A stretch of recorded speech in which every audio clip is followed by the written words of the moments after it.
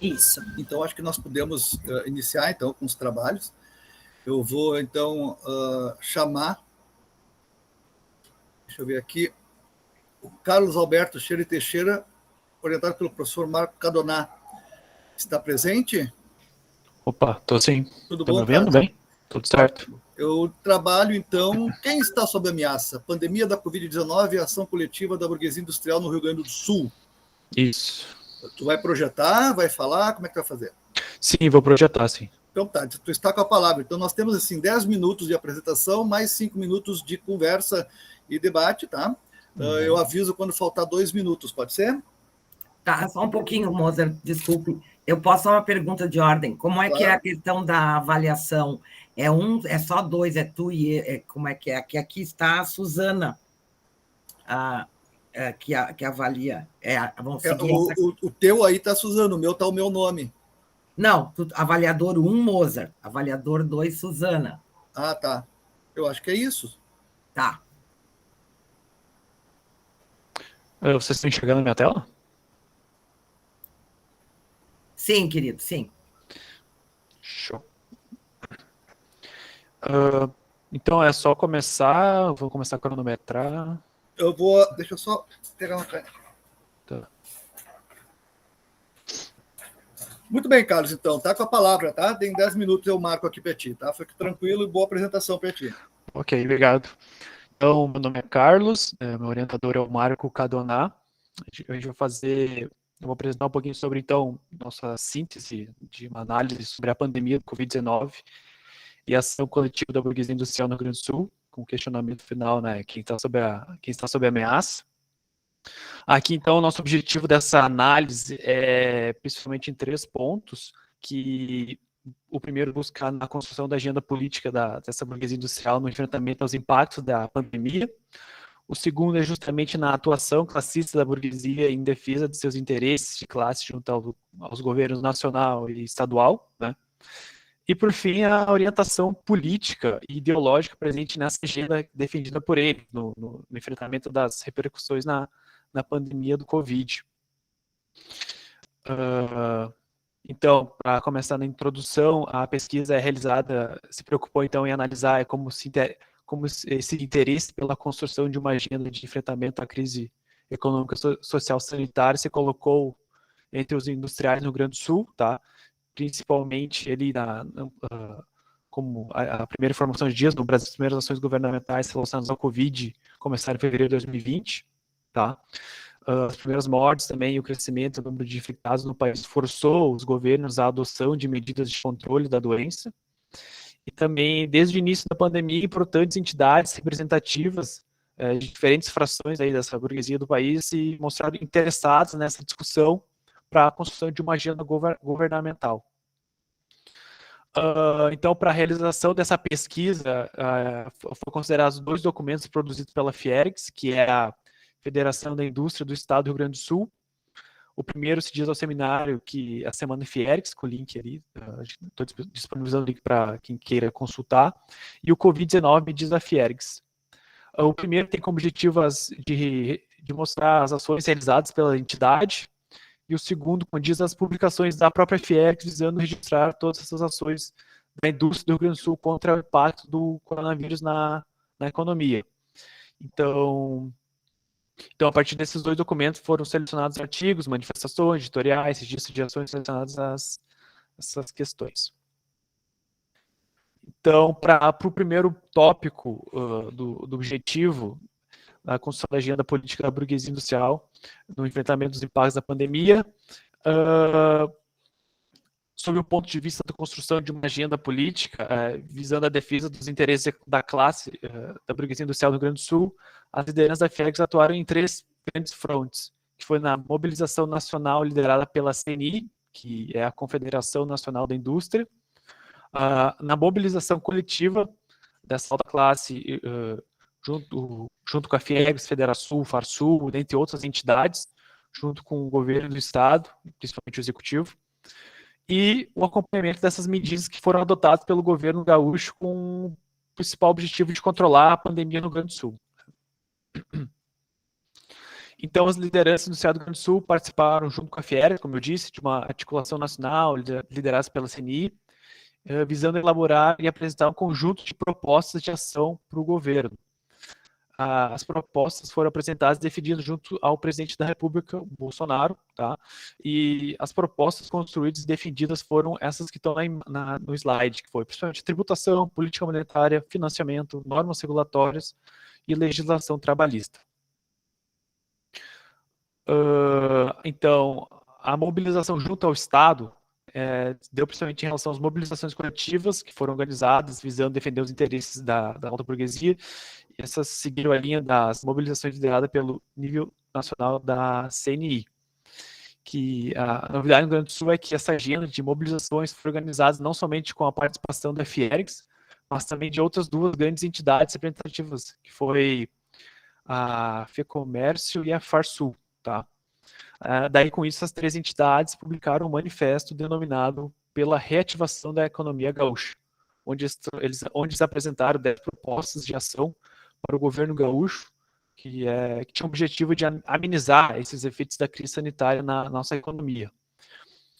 Eu estou indo um pouco rápido, porque o tempo é curto, tá? Bastante informação, mas então, para esses principais 10 tópicos foram principalmente diferir a cobrança do ICMS, suspender a fiscalização, renegociar os débitos tributários, prorrogar por 90 dias o pagamento de taxas de serviços essenciais para o setor produtivo, como energia elétrica, gás, água, prorrogar as validades de certidões negativas de débitos vigentes até dezembro do ano passado, flexibilizar as regras de revogação do programa Refaz 2019, ampliar, flexibilizar e desburocratizar linhas de crédito disponibilizadas pelo Banrisul, BRD, Banrisul, suspender por 60 dias os prazos de processos administrativos no âmbito da administração pública, estadual direta e indireta, suspender a exigência do MDF intermunicipal e interestadual por tempo indeterminado e prorrogar todos esses estímulos fiscais até o final do ano de 2020.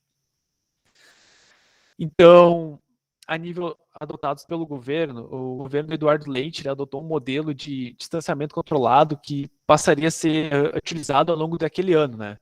Como principal mecanismo governamental de controle da expansão da pandemia, onde as lideranças da FIEX acompanharam as decisões do executivo de perto. E esses principais modelos foram justamente o posicionamento com restrições, principalmente no período inicial de adoção do modelo de distanciamento controlado, manifestando receios quanto aos impactos negativos nas medidas que foram adotadas. Também foi uma medida adotada foi os posicionamentos favoráveis, que ocorreram nas ocasiões em que as medidas governamentais foram ao encontro de interesse de menos restrições e de maior flexibilização das decisões tomadas, posicionamentos contrários, que aqui quer dizer que ocorreram diante das decisões governamentais em favor do aumento do controle das atividades econômicas do Estado. Esses posicionamentos se intensificaram a partir de junho, quando o modelo de distanciamento controlado colocou mais regiões e por períodos mais longos de bandeira vermelha.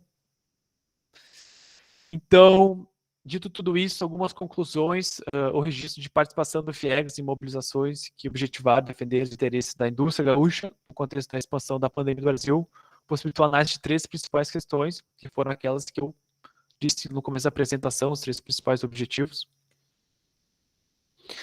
E em relação à primeira questão, não é novidade que na atuação classista da burguesia industrial, a construção das agendas políticas com a definição de temas e posicionamentos políticos e ideológicos expressam consensos possíveis entre as lideranças industriais, porque pelo menos desde 1990 a Fiergs lidera esses movimentos políticos de construção de agendas políticas, com as quais busca, né, o estabelecimento de consensos mais amplos no interior dessa classe, visando a defesa dos interesses deles.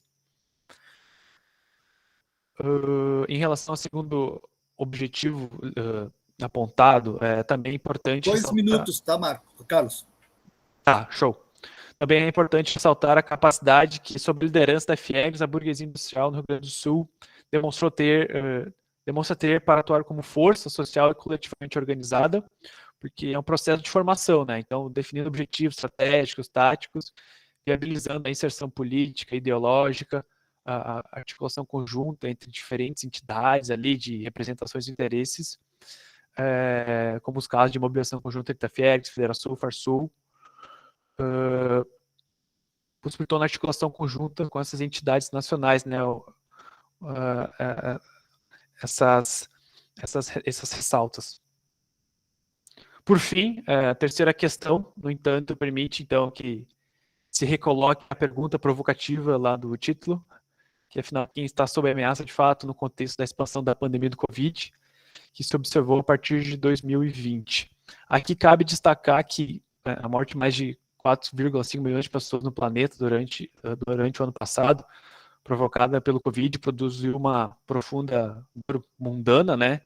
Mas, sob o ponto de vista dos interesses políticos ali, que mobilizaram as principais ações coletivas da alta burguesia ali, industrial, no Rio Grande do Sul, as questões econômicas vinculadas diretamente a esses negócios se colocaram como fundamentais e prioritárias, né? Então, seria isso aí, essa breve síntese aí de todo o material, dessa toda a análise que a gente fez, e aqui seriam as referências. Muito bem. Temos 5 minutos. Carlos foi absolutamente pontual. Então, nós temos 5 minutos na integralidade para conversar. Alguém tem alguma questão, por favor? Apenas uma pergunta. Ana, já foi respondida. Obrigada. Carlos? Oi. Seria esperado que essa burguesia industrial não se organizasse dessa forma? Seria esperado que uma burguesia que está articulada historicamente, né, nas federações, com apoio ao governo, seria esperado que ela talvez não conseguisse se organizar ideologicamente a partir de seus interesses num momento como esse? Teria essa possibilidade?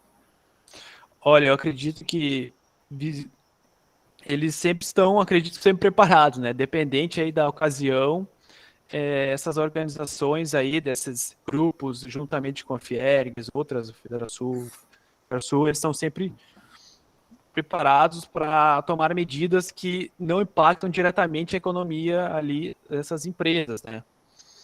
Então, eu acredito que não teria como eles não fazer eles se levantar esse ponto, não levantar esse ponto, né?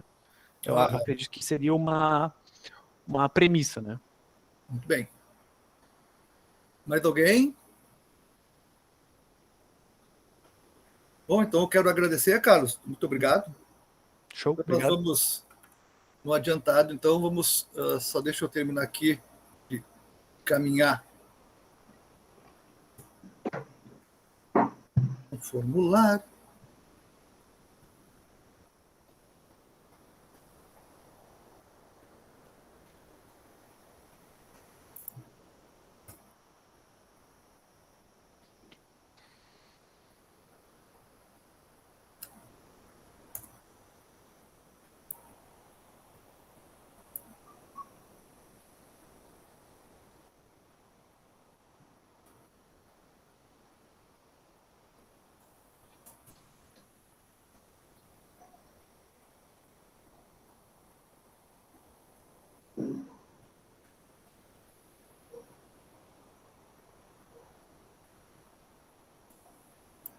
Muito bem. Isabela Royer Perini, eu como orientador, professor Mozart da Silva, Biopolítica, Racismo Estrutural e Violência Racial no Brasil. Isabela, está aí? Deixa eu ver. Eu estou aqui. Está aí, tá. Tu vai projetar, né? Sim, eu vou projetar meus slides, só um minuto. Tá ótimo, então. Vocês me digam... Por favor, tem 10 minutos. Eu te aviso quando aparecer. Tem 10 minutinhos, 5 minutos para conversar depois. Tá? Eu te aviso quando faltar 2 minutos. Tu está projetando? Está entrando agora. Pode começar, então. Tá bom. Boa noite, então, gente. O título do meu trabalho é Biopolítica, Racismo Estrutural e Violência Racial no Brasil. O meu nome é Isabela Perini, eu sou do curso de Psicologia do segundo semestre. E eu sou bolsista PUIC, o meu orientador é o Mozart, e eu faço parte do grupo de pesquisa Identidade e Diferença na Educação. Inclusive, eu queria agradecer ao meu orientador e também a todo o grupo que me ajudou no desenvolvimento do trabalho. Então, em relação aos meus objetivos, a partir do meu interesse, então, pelos estudos Foucaultianos, que foram despertados nas leituras do meu grupo de pesquisa, eu e o meu orientador, a gente chegou nesse assunto e delimitamos o tema. Então, os objetivos eles foram definidos, que visavam, então, problematizar a violência racial no Brasil, na perspectiva, então, da biopolítica e como isso se estrutura, abordando também os processos de precarização da população negra e principalmente pobre. Então, o referencial teórico-metodológico. A partir de muita leitura, então, sobre... Eu não sei quem está com o microfone ligado, mas que tem... Se puder... A Suzana, eu acho que ela foi prender o cachorro dela. Ah, tá, tranquilo. Mas tu tem, Tanara, como desligar o microfone da Suzana? A Nicole tem, ela é proprietária da sala, ela consegue silenciar. Tá, Nicole, faz favor. Nicole, silencia isso. A partir, então, de muita leitura sobre o assunto, eu utilizei o filósofo Michel Foucault e os seus comentadores, Judith Butler e Achille Mbembe, que são filósofos com estudos, então, complementares ao de Foucault. Então, os termos foram utilizados, então, para contextualizar a situação na qual estamos inseridos, e somado a isso, eu entrei a fundo na pesquisa de dados que poderiam, então, elucidar os meus estudos e as minhas análises, em especial os dados disponibilizados pelo Atlas da Violência e pelo Anuário Brasileiro de Segurança Pública, com ênfase nos anos de 2015 a 2020. Os dados foram utilizados a fim de analisar o contexto brasileiro e como mecanismo, então, de comprovação para problematizarmos a questão do trabalho. As populações precarizadas, então, no contexto do meu trabalho, seria a população negra, e principalmente das periferias. Vale ressaltar que eu tive que fazer uma seleção, então, com esses dados, a fim de escolher apenas alguns para exemplificar. Além disso, a minha pesquisa está no começo, porque a minha entrada no grupo se deu esse ano, e a gente deseja continuar esse trabalho mais a fundo, então, nos próximos meses. Biopolítica. A biopolítica é um termo utilizado pelo Michel Foucault para tratar a mudança, então, na forma de poder utilizada pelo Estado a partir do século XVIII. Seria quando, então, a vida ela começa a entrar no cálculo político. E estratégias de governamentalidade, elas surgem para visar o melhoramento geral da vida da população. Se trata, então, de um conjunto de análises, reflexões, táticas, que permitem conduzir a conduta dos indivíduos, a partir, então, de dispositivos de poder. Com base na máxima fazer viver e deixar morrer, o objetivo do Estado, então, agora seria visar o melhoramento da vida para a maior parte da população. Mesmo que isso significasse, então, deixar morrer a outra parte. Morrer não apenas fisicamente, pode ser num sentido social também, num contexto social. Precariedade, então. Em complemento ao termo da biopolítica, do Foucault, a Judith Butler, então, nos faz pensar sobre a precariedade, que ela relaciona a vulnerabilidade de determinadas populações que não seriam, então, beneficiadas nessa nova governamentalidade. Seriam, então, deixados à margem da sociedade, deixados para morrer, em todos os sentidos da palavra. Não demandariam o chamado luto social, porque as suas mortes elas seriam irrelevantes em um contexto todo que visava beneficiar a maior parte da população. Necropolítica. Somado também a isso, o Achille Mbembe, ele refere-se à necropolítica, referindo-se, então, às táticas utilizadas pelo governo na distribuição desigual da oportunidade de viver e morrer. Então, diferente da biopolítica do Foucault, onde o fazer viver deixava algumas pessoas à morte, a necropolítica, então, ela conduziria determinadas populações à morte. Essas populações, então, vulneráveis e precarizadas. Aqui, então, temos a construção de um gráfico com dados dos anos de 2015 a 2019, encontrado pelas fontes que eu citei anteriormente, Anuário Brasileiro de Segurança Pública e Atlas da Violência. Estão retratados, então, os homicídios em geral que ocorreram no Brasil em cada ano, dividido, então, pelo recorte racial, de pessoas negras e pessoas não negras. Os negros, então, estão marcados pela linha laranja e os não negros pela linha vermelha. Nesse gráfico comparativo, então, a gente pode ver que, por mais que ocorram algumas oscilações, então, nos dados, os índices de homicídios atingem números alarmantes à população negra. Então, em todos os anos aqui citados, a população negra foi praticamente 3 vezes mais assassinada que a população não negra. E em alguns anos, até mais que isso. Os números, então, são preocupantes. Então, não deveria ser urgente a tomada de medidas quanto a isso? Eu digo, pelo Estado, pela população preocupada com essa situação. Então, nos entra na reflexão que eu estava falando antes, das populações precarizadas que não demandam o luto social. No mesmo recorte, então, dos anos do gráfico anterior, agora temos os dados relacionados às mulheres. Os números, eles são menores em comparação ao gráfico anterior, mas isso ocorre pelo sexo, né, que antes era masculino, agora é feminino, mas em comparação dos números de homicídios entre mulheres não negras e entre mulheres negras. A gente continua com o mesmo caso. Então, a população negra feminina ela é 2 vezes mais assassinada que a população não negra feminina no Brasil. Aqui, agora, então, a gente tem 2 dados que são imprescindíveis na análise do meu trabalho, que as mortes que ocorreram devido às intervenções policiais. No primeiro, as mortes que ocorreram entre 2017 e 2018, e no segundo, as mortes que ocorreram em 2020. Nesses 3 anos que foram analisados, então, 3/4 ou mais da morte pelos policiais foram de pessoas negras, sendo a outra parte de pessoas brancas. Em relação às mortes da população amarela e indígena, os números eram praticamente nulos, visto que esses compõem menos de 2% da população brasileira. Mas a gente entra aqui, então, na nossa reflexão, as mortes que agora ocorrem nas mãos do Estado, as mortes que ocorrem por representantes do governo, de órgãos do governo. Então, pelas pessoas que visam a proteção, que deveriam proteger e garantir a segurança a todos. Então, quem são esses todos? Aqui, a chance de uma pessoa negra sofrer homicídios vis-à-vis uma pessoa não negra. Então, aqui esse gráfico elucida a problemática presente nos outros, que é a chance de uma pessoa negra sofrer homicídios em comparação a uma pessoa não negra. Por exemplo, em 2015, uma pessoa negra estava 2,5 vezes mais propensa a ser assassinada que uma pessoa não negra. Assim, em cada um desses anos, então, com o maior número em 2017 e 2018, quando uma pessoa negra tinha 2,7 vezes mais chance a sofrer homicídio.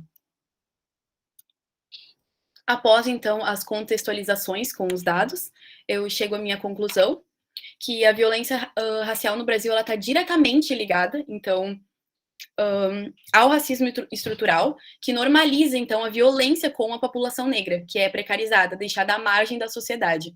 O que ocorre por parte do Estado, ocorre por parte da população, por parte da sociedade. Então, essa política de matar, ela é agravada pela tolerância de toda a população com essas violências, pela institucionalização do racismo no Estado brasileiro. Lembrando também que o meu trabalho ele teve enfoque exclusivamente na questão racial, na violência com a população negra. Eu não dei enfoque... 2 minutinhos, Isabela, desculpa. 2 minutinhos. Não, tranquilo. Eu não dei enfoque em dados como desigualdade econômica, que muitas vezes levam também a um contexto de vida mais violento. Mas é algo que eu também posso me aprofundar nas minhas próximas pesquisas, porque toda essa reflexão presente aqui já problematiza o fato da maioria da população negra estar à margem da sociedade, ocupando as periferias. Então, meu trabalho está apenas no começo. Eu pretendo dar continuidade na busca por dados e estudos relacionados ao tema, mas até agora a gente já pode ver como essa situação é assustadora e merece um olhar mais atento. Por fim, essas são as referências do meu trabalho. Muito bem. Muito obrigado, Isabela. Questões, comentários, perguntas a Isabela, por favor. Eu não vou fazer porque eu sou suspeito. Sim. Não, eu gostaria, né, além de, né, eu não tive a oportunidade também de parabenizar o Carlos, né, que são temáticas assim que nos fazem pensar, né, questões históricas e que nós convivemos culturalmente com elas, né, e a importância, né, Isabela, eu queria saber de ti como bolsista, iniciante, né, num grupo de pesquisa do curso de psicologia, né, como tu vê essa pesquisa, esse estudo na tua formação? Assim, não é em relação ao teu trabalho, mas né, com claro. O próprio interesse, né, porque eu acho que se a pesquisa não diz respeito ao sentido que nós a ela damos, né, como, né, por que estudamos algumas questões que são tão importantes, né? Sim. Assim, eu entrei no grupo de pesquisa, eu tive essa oportunidade no começo desse ano, logo no primeiro semestre, agradeço muito por isso, porque não é uma oportunidade que todos têm. Eu já me envolvi nessas discussões logo cedo, então, participando das reuniões do grupo, e eu sempre me interessei com isso, eu sempre me interessei nessas discussões sociais, em todos os âmbitos, por eu ser também da psicologia, porque eu adoro esse olhar mais atento às políticas públicas também, à necessidade disso, E eu me interessei muito, e eu fui querendo cada vez mais conhecer as causas, conhecer termos também estudiosos que são essenciais, né, para esse estudo. Inclusive, a gente teve ontem a palestra, né, que foi sobre os objetivos de desenvolvimento sustentável, então, no Brasil. E, inclusive, os objetivos, eles envolvem garantir, né, que as pessoas em todos os lugares, elas possam desfrutar de paz e de prosperidade. Então, eu acredito que seja imprescindível políticas públicas, um olhar mais atento por parte do Estado para a inserção da população negra, para a inserção das minorias. Aqui eu estou citando a população negra, mas a gente pode também olhar para a população LGBTQIA+. Enfim, eu acho isso imprescindível, sabe? Inclusive, a gente aborda a importância das cotas raciais também, que é justamente para ver a população nesses lugares, ocupando esses lugares. Então, eu gosto muito desses estudos, eu gosto muito de me envolver com isso. Então, isso me motivou bastante no meu trabalho. Obrigada, eu acho importante, às vezes a gente também, né, se dá conta do quanto a pesquisa faz parte também da nossa, né, do sentido que nós damos também, né, para aquilo que fazemos, né. Muito obrigada, muito obrigada. Eu que agradeço, muito obrigada. Mais alguém quer conversar com a Isabela?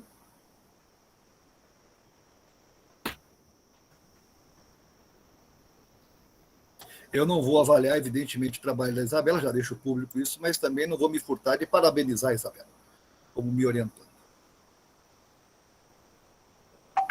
Obrigada, professor. Parabéns, Wet, também pela ajuda no todo do trabalho. Tá bom. Bom, nós vamos então passar para o próximo trabalho.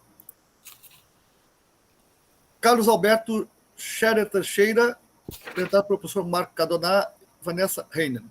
A dinâmica dos mercados de trabalho em cidades médias no Rio Grande do Sul, flexibilidade contratual, intermediação e proteção aos empregos.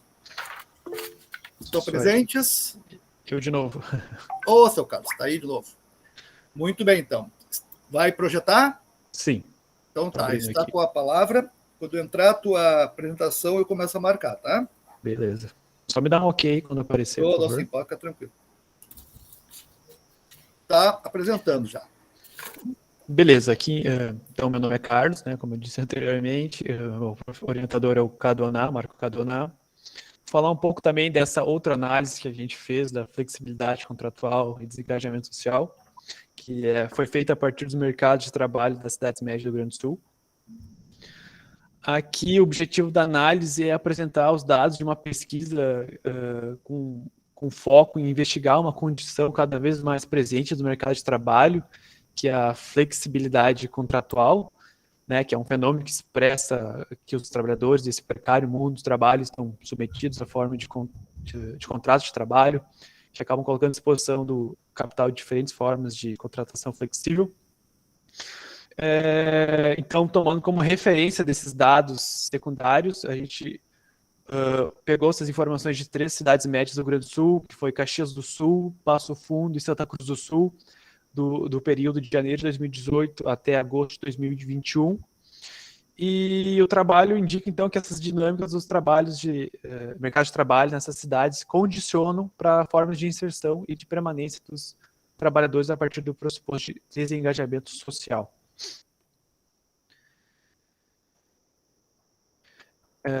Então, a introdução à temática da proposta do trabalho não é nova na bibliografia, né, nas pesquisas aí acadêmicas, que busca analisar a situação das pessoas que vivem do trabalho, nos mercados de trabalho do Brasil, inclusive nas cidades médias, mas foi feita então a revisão dessas formas de atuação do Estado na economia, as políticas de desregulamentação econômica, na abertura da economia, da reestruturação produtiva, da reformulação do setor público, enfim, vários campos, né, a serem analisados. Então, além disso, a gente buscou também a desestruturação dos mercados de trabalho que ocorreram durante a década de 90, que foi estancado durante o primeiro governo do Lula, a redução do desemprego e o aumento de empregos formais que tiveram continuidade no primeiro governo da Dilma.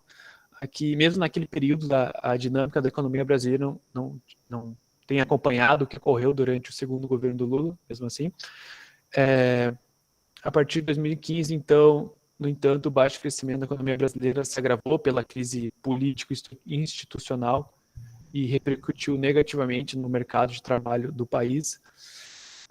Aquele ano, os empregos formais diminuíram, se não me engano, e o desemprego saltou 8,6% em julho de 2015 para 12,3% em julho de 2018. E também a gente considerou que durante o período em que Michel Temer ocupou a presidência, que realizou, além disso, né, após ocupar essa presidência, ele realizaram uma proposta de reforma trabalhista, né, que assenta os pressupostos de desregulamentação, da privatização e da flexibilização, no qual foi aprovada. Por fim, na parte introdutória, a partir de 2020, então, com a crise sanitária que ocorreu com o Covid, a precarização dos trabalhos do país se intensificou ainda mais, né, com o aumento do desemprego, a diminuição deles de forma formal, o crescimento das ocupações e da informalidade, o comprometimento da renda dos trabalhadores e esse rápido olhar sobre a dinâmica dos mercados de trabalho do Brasil a partir das últimas décadas permitiu que se perceba com maior profundidade um fenômeno que está presente mesmo nos momentos em que se observa uma maior participação dos empregos formais, que é a flexibilidade contratual. Para metodologia, então, para a construção dessa análise, foram considerados dados secundários, como eu mencionei, das cidades Caxias do Sul, Passo Fundo, Santa Cruz do Sul, e as fontes de dados que a gente pegou, essas informações que foram analisadas, foi do CAGED, que é o Cadastro Geral de Empregados e Desempregados, e RAIZ, que é a Relação Anual de Informações Sociais. Ambos referem-se ao trabalho formal, tá? Não considerar os trabalhadores ocupados sem nenhum tipo de registro de carteira de trabalho, né? Além disso, os dados considerados compreenderam, então, o período de 2018 até agosto de 2021 e foram a distribuição de empregos formais por setores econômicos, a dinâmica de admissões e de desligamentos dos trabalhadores no período, as razões dos desligamentos e, por fim, o salário e ocupações que mais empregaram no período. Então, antes de mostrar esses dados, a gente achou interessante trazer esse slide aqui da discussão teórica da temática, sobre a temática que, no contexto das transformações que ocorreram nas sociedades contemporâneas, um fenômeno que ganha cada vez maior visibilidade, que constitui-se numa experiência cada vez próxima para um número crescente de trabalhadores, a precarização do trabalho. Essa precarização do trabalho que expressa o que nas últimas décadas tem sido amplamente indicado nas ciências sociais, como foi mencionado anteriormente, né? É um campo altamente pesquisado aí na área das ciências sociais, já foi estudado pelo Bourdieu, Bauman, Druck, Stande e Antunes, como uma experiência combinada de falta de garantias, de incerteza e de seguranças. Então, é esse o processo a precarização do trabalho, é esse processo que resulta no processo de desengajamento social. É um fenômeno que, nesse contexto histórico de flexibilidade, ele caracteriza as experiências das pessoas que vivem no trabalho por incertezas e ansiedades, resumidamente. Então, indo para os dados, aqui vou apresentar, então, os dados formais de trabalho de Caxias do Sul, Passo Fundo, Santa Cruz do Sul. Aqui se dá principalmente ao de Passo Fundo, que é na distribuição dos empregos por setores econômicos. Aqui são as principais áreas de especialidade da cidade. Como vocês podem ver, em janeiro de 2019, os principais fatores, principais áreas de atuação em Passo Fundo é justamente o comércio e os serviços, que vai de 29,8% a 48,7%. Tá? 2020 também, assim sucessivamente até 2021. A distribuição de empregos formais para Caxias do Sul, então, é principalmente a indústria, né? Ali com 42%, em seguida vem os serviços, e também segue sucessivamente para os próximos anos, quase chegando na metade, né? Para Santa Cruz do Sul, como vocês devem saber, a indústria também é um ponto forte aqui na região, mas serviços também é uma área que está cada vez mais forte. Tá? Então, na questão da dinâmica de admissões e desligamentos em Passo Fundo, dá para notar que no primeiro do semestre de 2018, houve uma média de 6 mil a 5 mil, de 2019, uma média de 6 mil a 7 mil, e 2020, no primeiro trimestre, teve quase um aumento de 8 mil, tá, de desligamentos. Mas isso se manteve ainda assim para os próximos anos, para o próximo ano, no caso 2021. Né? Aqui em Caxias do Sul, não oscilou tanto de 2018 para 2019, mas sim muito de 2020 para 2021, totalizando em 2020 um total de 60 mil desligamentos. Né? E 2020 já está em 45 mil. Para Santa Cruz do Sul, como aqui é uma área industrial muito forte no fumo, aqui o pessoal atua mais como safrista, né? Então, teve, como vocês podem ver, principalmente no terceiro trimestre, tem uma alta de desligamentos. Em 2018, a 2.800, quase 10 mil pessoas foram desligadas. Então, elas tendem a trabalhar meio ano ali e no próximo 6 meses elas ficam em casa ou procuram outras fontes de renda. E assim sucessivamente, né? 2019 também, 2020 e 2021.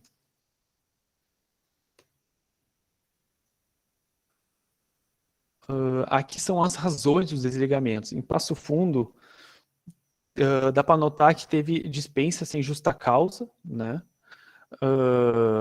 O que foi 42%. A pedido, aqui quer dizer que aqui é pedido do próprio funcionário, né? Ele, sei lá, ele às vezes acha que se demitindo ele vai ter um fundo de garantia, ele vai ter umas condições de trabalho diferentes em outros empregos. Vários fatores afetam essa variável aqui. Tá? Pode ser o ambiente que ele não está gostando, inseguro. Então, tem várias questões que podem ser exploradas ali. E também término de contrato, que chega a ser 20%. Caxias do Sul, dispensa sem justa causa é 50%, metade aí. Em seguida, de a pedido, como expliquei antes. E término de contrato, tá? Então, para Santa Cruz, aqui a gente também tem dispensa sem justa causa 40%. A gente buscou enfatizar algumas... 2 minutinhos, Carlos. Beleza. A gente buscou enfatizar algumas variáveis específicas aqui, porque se a gente fosse, no caso, se o meu coordenador tivesse junto aqui, a gente ia acabar explicando uma por uma e ia ter que ter um seminário inteiro só para isso. Mas dispensa em justa causa de Santa Cruz, então, dá-se a 40%, a pedido 23%, e término de contrato 31%. Aqui, principalmente, né, como mencionei antes, a questão dos safristas. Então, a gente elaborou então alguns comentários a partir dos dados dessa análise que a gente fez.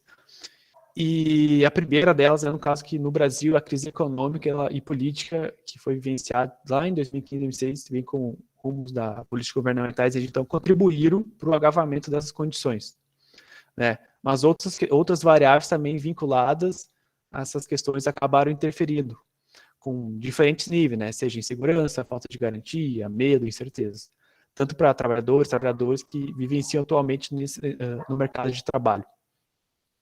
A segunda questão, então, destacar que o processo de precarização do trabalho tem diferentes faces, né? O desemprego, o subemprego, a corrosão dos salários, o distanciamento em relação a uma legislação de proteção ao trabalho, fragilização dos sindicatos, enfim. Terceira questão, no que diz respeito aos mercados de trabalho em cidades médias do Rio Grande do Sul, em geral, eles se observam tendências que estão presentes no mercado nacional, né? No entanto, aqui em Santa Cruz, uma delas tem uma sua especificidade, né? Que é destacar a presença de trabalhadores temporários, que se destacam ainda mais nessa situação de precariedade que estão presentes aqui no nosso município, né? Por questões da safra. Quarta questão, então, a destacar que a partir dos dados que a gente foram registrados ali, aí relacionados à dinâmica de admissões e desligamentos nos 10 municípios estudados, o quanto a efemeridade, temporalidade curta e ruptura nas experiências de trabalho estão presentes. E, por fim, a quinta questão é descontinuidade nas experiências de trabalho, né, que a pesquisa se ocupa em entender como o processo de precarização repercute nas formas de desengajamento e engajamento social, e que, entendendo esse processo como resultado das experiências de trabalho das pessoas que podem ou não estarem vinculadas a relações duradouras com o próprio indivíduo e com as instituições, sociedades, Estado. Teu tempo está terminando, tá, Carlos? Show, é isso aí. Muito bem, então, está aberta as perguntas para o Carlos. Questões? Carlos, uma questão, enquanto o pessoal pensa sobre esses dados todos, né? Em que medida essas demissões, esses desligamentos, né, essa precarização do trabalho é causado pela pandemia e em que medida é causado pela reforma trabalhista, né? Que, de certa forma, facilitou os processos demissionários, na verdade. Não sei se vocês chegaram a dar uma olhada nisso, se é possível, neste contexto que nós estamos vivendo, onde as coisas se misturam um pouco, tentar uma espécie de separação para entender se isso já é um efeito da reforma trabalhista ou é um somatório de questões, né? Que, no contexto da pandemia, essa reforma trabalhista acaba atuando por facilitar o desligamento das pessoas. Sim, eu não vou saber dizer a questão da reforma trabalhista, mas sim, isso é um aglomerado de anos, né? E agora, com a pandemia, isso piorou bastante, porque pessoas foram desligadas por mesmo questão de pressão do governo, né, por fechar as lojas, ficar naquela questão de manter o sigilo ali, não se expor muito ao Covid com as áreas públicas, que tem bastante fluxo de pessoas. Então, eu tenho a dizer que todas as áreas da economia sofreram com a questão do Covid, né? Então, isso foi o principal ponto pelo desligamento e foi por isso mesmo que... Não, é interessante isso, né? Porque olhando os números, né? A variação dos números, é evidente que tem um crescimento quando começa a pandemia, mas também é um momento em que a reforma trabalhista começa a acontecer de fato, né? Então, a gente nunca sabe muito bem a que ponto a pandemia afetou e a que ponto a reforma também está contribuindo para isso. Eu acho que mais tarde a gente vai ter uma noção melhor desse tipo, né? Sim, até porque essa análise a gente ainda vai explorar por mais anos aí, então está nessas fases iniciais, a gente busca ainda mais explorar esses outros objetivos, como você mencionou também da própria reforma trabalhista, né? Buscar mais informações, o quanto isso vai impactar, né? E o quanto isso, de fato, foi um fator determinante. Isso. Pessoal, perguntas para o Carlos? Eu fiquei curiosa de saber qual é o curso do Carlos. É verdade. O meu curso é Ciência da Computação. Carlos. Legal. Olha, que legal. Não, porque eu acho importante essas questões e me chamou a atenção também no teu resumo, né, Carlos, essa questão da busca também por uma condição existencial, né, das pessoas. E o quanto pensar, trazer, expor, visibilizar, né, algo que não ocorre só assim num micro contexto, mas o quanto isso pode permitir as pessoas pensarem também as opções que elas estão fazendo, né? Digamos, em algumas questões digamos, da própria reforma trabalhista, como é que isso passa, né, Mozart? Historicamente vem vindo, mas que são questões de como nós vamos conduzindo também com as nossas opções políticas, né? Eu acho que isso é algo que me chamou a atenção, e me chamou a atenção também, quando tu diz essa questão existencial, desse adoecimento, né, que vai além da pandemia, um adoecimento social também, né? Que dessas quebras, né, institucionais e de segurança quer dizer, me lembrou um pouco Mozart, né, e demais colegas e, né, estudantes, a questão se o racismo estrutural, né, digamos, é normatizado, naturalizado, também essa situação de insegurança social passa a ser vista como algo ou da pandemia ou circunstancial, quando é histórica, né, e tem muitos interesses, mas Só comentei porque eu acho importante essa visibilidade, né, Carlos? Sim. No contexto historicamente, né, isso pelo que deu a notar, que são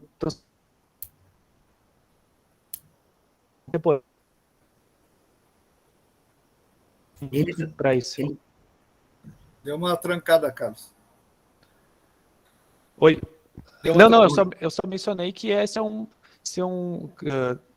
vendo assim, né, estou participando dessa análise, que isso que é uma questão histórica justamente da sociedade contemporânea, né, que é um fenômeno que ganha cada vez maior visibilidade, né, gente?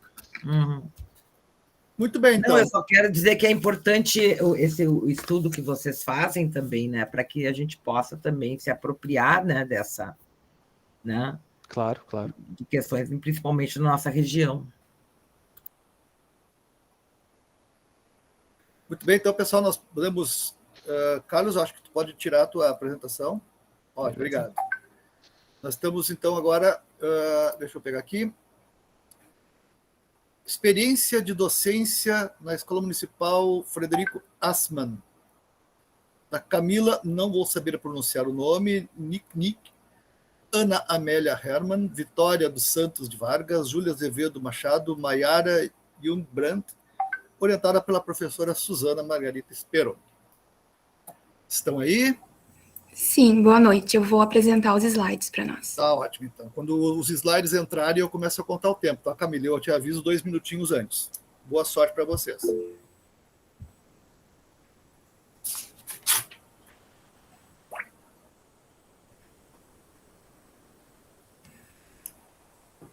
Estou com a palavra. Bom, então, boa noite. Eu sou a Ana Amélia, né, faço por parte do grupo da experiência na Escola Frederico Assmann. Então, o nosso grupo já foi apresentado, né? Então, a gente vai falar um pouquinho sobre como foi essa experiência de docência durante o tempo de pandemia, né? Bom, então, contextualizando como que foi, né? Como todo mundo sabe, durante o início do ano, né, as escolas ainda estavam com o ensino remoto, então nós continuamos com as ações desenvolvidas de forma remota, né? Nós fizemos, então, reuniões internas, semanais, né? Acontecendo em 2 turnos, né? Para que todas as docentes pudessem participar, né? Também fizemos formação através de materiais de estudo, né? Lendo artigos, compartilhando outros materiais para a gente ler e para fazer as aulas, né?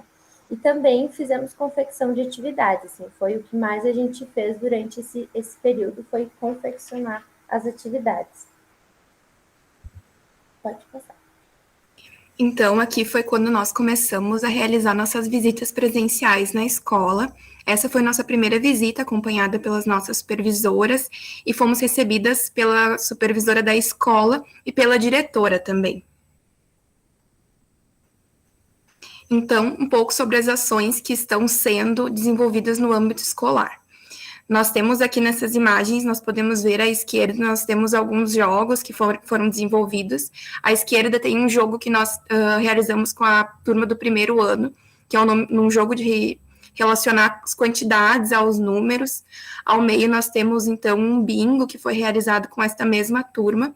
E depois à direita nós temos um jogo que foi entregue também na sala de recursos da escola, que se tratava de um jogo com várias palavras para as crianças montarem frases e pequenos textos. Nessas imagens, então, ali na primeira imagem, a gente tem sobre uma atividade que nós levamos sobre sequência numérica. O objetivo é que as crianças conseguissem completar a sequência dos números até o 20. Então, algumas das fichinhas para completar estavam com números e outras estavam com quantidades desenhadas. Por exemplo, 5 flores, e daí tinha um espaço para eles completarem com os 6, no caso.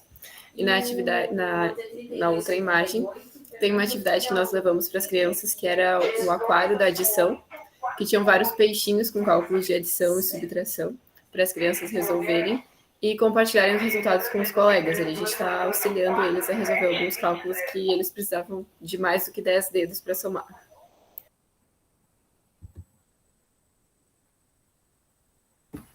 Bom, esse material, ele foi desenvolvido e destinado para a sala de recursos da escola e, assim, desenvolver as frações de uma maneira mais concreta com as crianças. A sorveteria das sílabas foi um jogo que continha alguns picolés com vogais, sílabas, desculpa. As crianças do primeiro ano puderam manusear esse material em sala com o nosso auxílio e conseguiram, assim, criar palavras de uma maneira mais lúdica, reconhecendo o som de cada sílaba,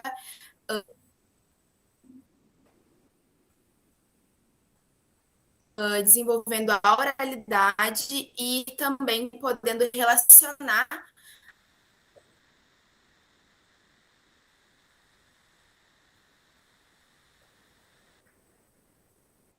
Pode ir para o próximo.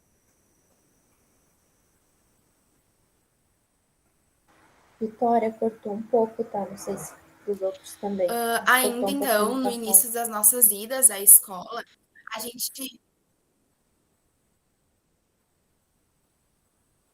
desculpa, tá. Ainda então, no início das nossas idas à escola, a gente desenvolveu um painel de vogais e algumas cartelas com imagens. E essas imagens, então, elas continham desenhos que iniciavam com as vogais, né? Por exemplo, arco-íris, elefante, uva, enfim. A gente tinha a ideia, então, que as crianças conseguissem relacionar o objeto às vogais e, consequentemente, ao relacionar os dois, reconhecer a sua forma, né, da letra e também o seu som.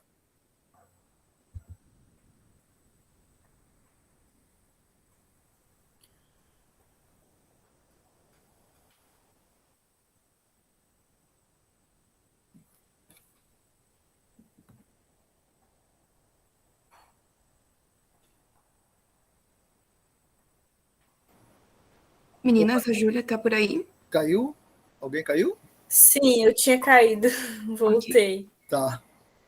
Aqui seria os jogos dos numerais, onde foi feito um cartaz, né? Os números de 0 até 10. Então, os alunos teriam o objetivo de colocar dentro de cada número o tanto de objeto, quantidade de objeto. Como ali no 1 foi colocado um patinho, no 2, 2 carrinhos, e assim por diante. No segundo jogo, era o jogo das sílabas, onde a primeira sílaba daquela palavra é fixa e na segunda é móvel. Também pode acontecer com a primeira sílaba móvel e a segunda fixa, para formar novas palavras, que nem ali vela, pode se tornar também bala e outras palavras, quando a criança puder mudar a sílaba e formar novas palavras. Pode passar? Ali a gente vai ter também a reta numerais, onde o aluno pode mudar os grampinhos de lugares e fazer a soma. Depois a gente vai ter a torre de unidade, dezena e centena, para ele formar novos números. O segundo jogo é a torre dos cálculos, onde o aluno pode fazer o cálculo nesse quadradinho branco com um giz de quadro. Pode passar. Aqui nesse primeiro jogo também seria o jogo das sílabas, onde uma das sílabas é fixa e a segunda é móvel para fazer para realizar novas palavras. O segundo jogo é o jogo das vogais, onde o aluno pode colocar em cada coluna as palavras relacionando as vogais. E o terceiro jogo é a caixa das palavras, onde é composto com rolinhos. Ele gira e escolhe a imagem e depois vai girando para formar a palavra da respectiva imagem. Esses materiais que aparecem aí nessas imagens. Na primeira imagem, é um tecido de mais ou menos 50 centímetros por 50 centímetros que tem 100 bolinhas verdes bordadas equidistantes para eles usarem na sala de recursos para calcular a tabuada. Então, como funciona? A ideia é que o aluno calcule, por exemplo, 3 vezes 5. Ele vai contar 3 bolinhas na vertical e vai dobrar o pano, e vai contar 5 bolinhas na horizontal e vai dobrar o pano, ficando para cima o número de bolinhas que é a resposta do cálculo, para eles conseguirem visualizar melhor essa questão da tabuada. 2 minutinhos, pessoal. Certo. Na segunda imagem, a gente levou uma atividade de números sucessores e antecessores também, onde eles podiam girar aquela roleta e colocar o número principal ali, a amostra, e escrever com caneta de quadro, depois apagar, o número antecessor e o número sucessor. Então, os nossos resultados, considerando todo o nosso início, que foi primeiramente de maneira remota, apenas enviando os materiais, depois começamos a ir até a escola, fazer as visitas e realizar atividades com as crianças lá na escola, nós consideramos que nossos resultados são bem satisfatórios, com as crianças participando bastante das atividades que nós levamos até a escola.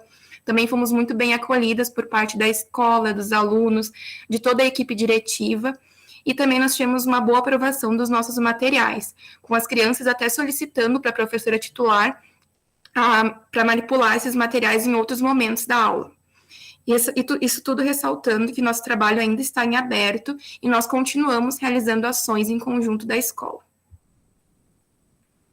Nós temos alguns agradecimentos para fazer, então, a nossa escola, a Frederico Asman, as professoras e a equipe diretiva que nos receberam e nos acolheram com muito cuidado, assim, nos auxiliaram muito nesse momento, nos proporcionaram muitas experiências nessa parte de docência. A gente queria agradecer também aos discentes, a todas as crianças que nós trabalhamos, que nos receberam sempre com muita empolgação e sempre ficavam ansiosos para as atividades que a gente estava levando. E principalmente as nossas coordenadoras, a professora Suzana e a professora Márcia, que nos auxiliaram desde o começo até agora e continuam até o final dessa caminhada. É isso, muito obrigada pela atenção de todos. Tá, muito obrigado. Muito bem. Perguntas para o grupo?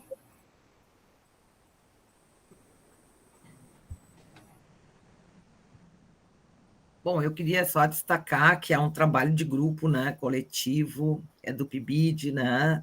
Me chamou a atenção a confecção, né, gurias? Vocês sabem, a grande parte aqui também já é, né, já foram minhas alunas também, conheço. E eu sei que é um imenso desafio, só não entendi. Essa parte que vocês apresentaram das fotos foi quando a segunda, depois que retornaram da pandemia, e vocês já tinham feito um trabalho com eles durante a pandemia, é isso? Isso, prof. As imagens que a gente colocou ali foram quando a gente começou a ir na escola, né? Quando eles voltaram. Depois. Isso, depois, E até aproveitando a tua pergunta, né, já aproveitando o gancho, a gente acabou não introduzindo o PIBID, né, nós somos do PIBID, né, então somos da matemática e da pedagogia, né, então nós formamos um grupão aí da Frederico. A prof. Suzana quer complementar? Sim. Não é, eu li no resumo de vocês, por isso que eu perguntei, né, que vocês eram um grupo, era um trabalho coletivo, e acho a experiência, e aí eu queria só saber de vocês bem rapidinho, né? Como é que é essa experiência de um grupo produzir juntos um material, ou cada um fazia, ou você, como é que foi isso? Só isso, porque eu acho que às vezes é invisibilizado esse trabalho na docência.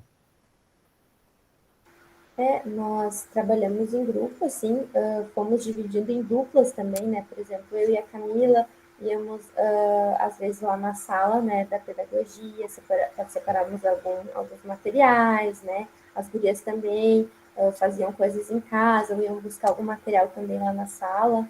Então, foi bem interessante, assim, a gente se ajudou muito, né? A prof também nos ajudou bastante, tanto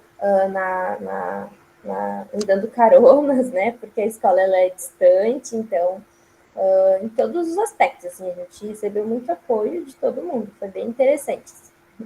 Obrigada, querida. Inclusive, eu acho que uma coisa muito legal, assim, que a gente precisa é o diálogo, né? Porque normalmente alguns trabalham sozinhos, enfim, a gente precisa do diálogo, da troca.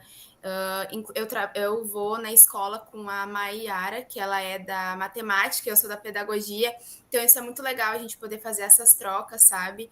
E também ampliar os nossos conhecimentos e as nossas experiências, assim, em grupo, acho bem interessante. Professora Suzana? Queria fazer um comentário em relação ao próprio PIBID, né? Porque o PIBID, como programa de iniciação à docência, sempre foi presencial e com a pandemia nós tivemos o desafio de inovar e achar outras formas de funcionar online, né? Então, realmente as questões do grupo, e além disso, além de trabalhar online, com grupos de mais de um curso, né? Na verdade, nós éramos 3 cursos, o curso de letras, matemática, pedagogia presencial e pedagogia EAD. Então, foi um desafio muito legal de poder interagir. Eu acho que a gente conseguiu fazer algumas coisas interessantes e pensar em outras formas de docência, né? De docência compartilhada. As meninas Eu só queria entender, isso faz parte da amostra, então, de ensino, né, Mozart? Sim, é tudo misturado, que eu saiba. Tá. Não, só queria entender. Uhum. Mas eu acho que essa experiência que vocês destacaram de aprenderem juntas, né, do diálogo, da conversa, né, Vitória? Eu acho que bem destacado, né, vocês todos. Eu acho que cada vez vai se tornar mais premente, digamos assim, na formação da docência, né? Que é essa formação compartilhada, né, Suzana?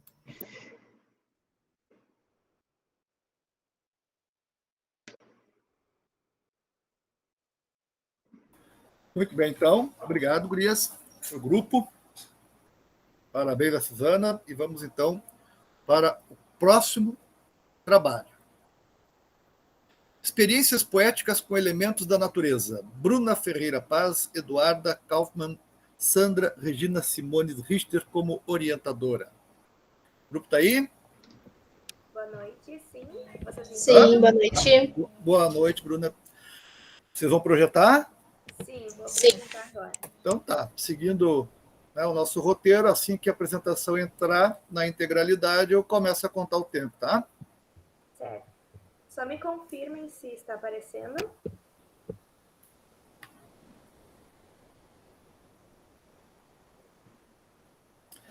Sem dúvida. Está projetando. Tá bem. Boa noite a todos. Meu nome é Bruna. Fiz dupla com a Eduarda no estágio de educação infantil no semestre passado.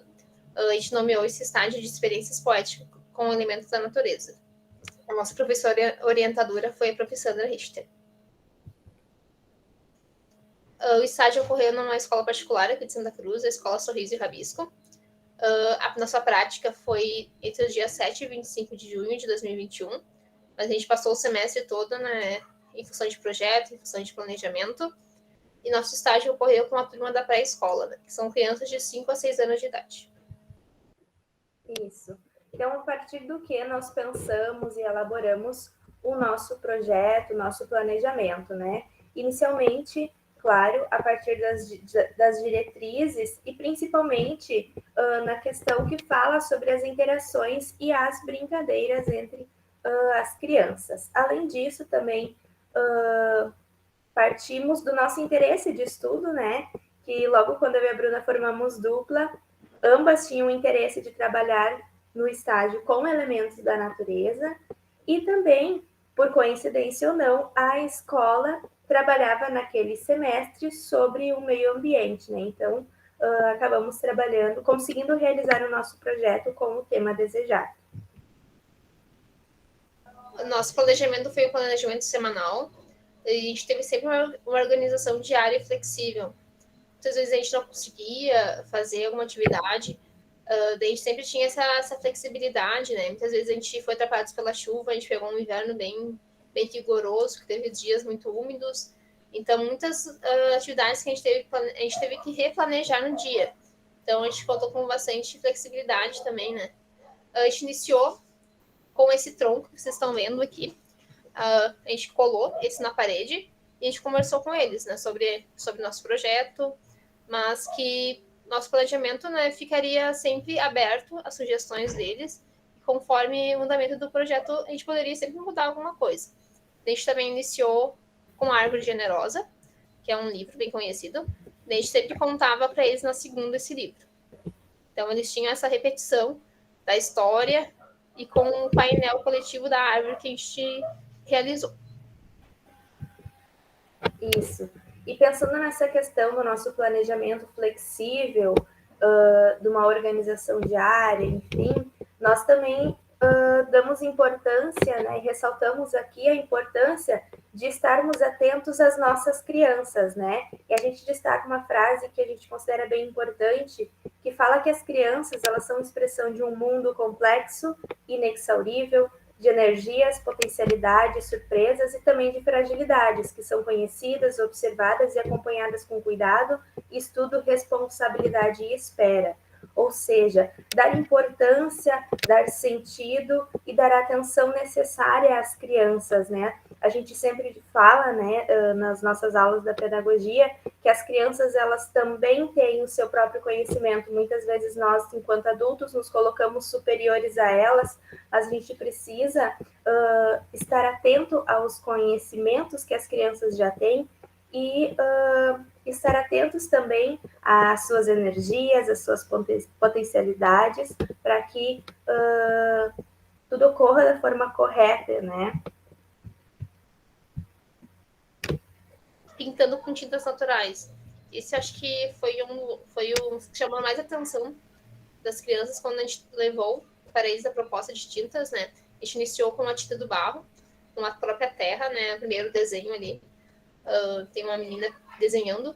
A gente deixou muito livre essa exploração, a gente fez com eles, né, a tinta com a terra, e explicou que é algo natural e é só misturar com água. Então eles ficaram assim encantados de saber que a chuva causa tinta, né? Aqui as tintas naturais, a gente trabalhou com eles as folhas, né? A gente levou folhas, a gente levou livros também, que cada árvore tem uma folha diferente, a coloração diferente.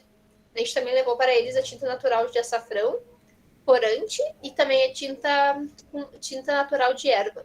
Então, eles também ficaram super encantados, pintar as folhas, desenharem as folhas para ser colada no nosso mural. Isso. Além disso, um dos nossos grandes intuitos era poder explorar essas materialidades diferentes, né? Então, nós proporcionamos às crianças, em diversos momentos, essa exploração com os elementos da natureza. A gente percebe ali em algumas imagens, né, as crianças brincando, construindo desenhos com os elementos da natureza, e a gente também levou para elas o barro, né? O barro, na verdade, não. O nosso objetivo era levar o barro, mas como fez uma semana muito fria e chuvosa, a gente trabalhou somente com a terra e as crianças puderam construir esculturas, desenhos, enfim, explorar e vivenciar essa terra, né? A gente também construiu bonecas de graveto, que são... A gente pegou... é resto de árvore mesmo, né? A gente não tirou nada. São árvores que caem, a gente pegou bem o início do inverno. Então tinha muitos galhos. A gente levou todos esses para a sala. A gente fez a exploração. A gente também construiu, né, os bonecos. Aí os bonecos poderiam... cabelo, né, personalidade de cada um. Quem cabelo longo, quem cabelo curto, colorido. Quem quer boneco de calça, boneco de saia. Então, teve essa personalidade deles, eles puderam customizar o seu boneco. Daí que nossa família de nossos bonecos, né, uns são mais altos, uns mais baixinhos. E a gente também fez a pintura na madeira. A Eduarda trouxe da casa dela essas madeiras. Eles ficaram muito curiosos, assim, de pintar a madeira, o tronco, né, que nunca haviam feito. A gente viu a empolgação deles, foi muito bonito esse momento, assim. Até a gente queria pintar os dois lados, só que não secou a tempo, né? No último dia do nosso estágio, a gente entregou. A gente falou que vocês podem pintar em casa, quem quer pintar com canetinha pode ficar bem à vontade.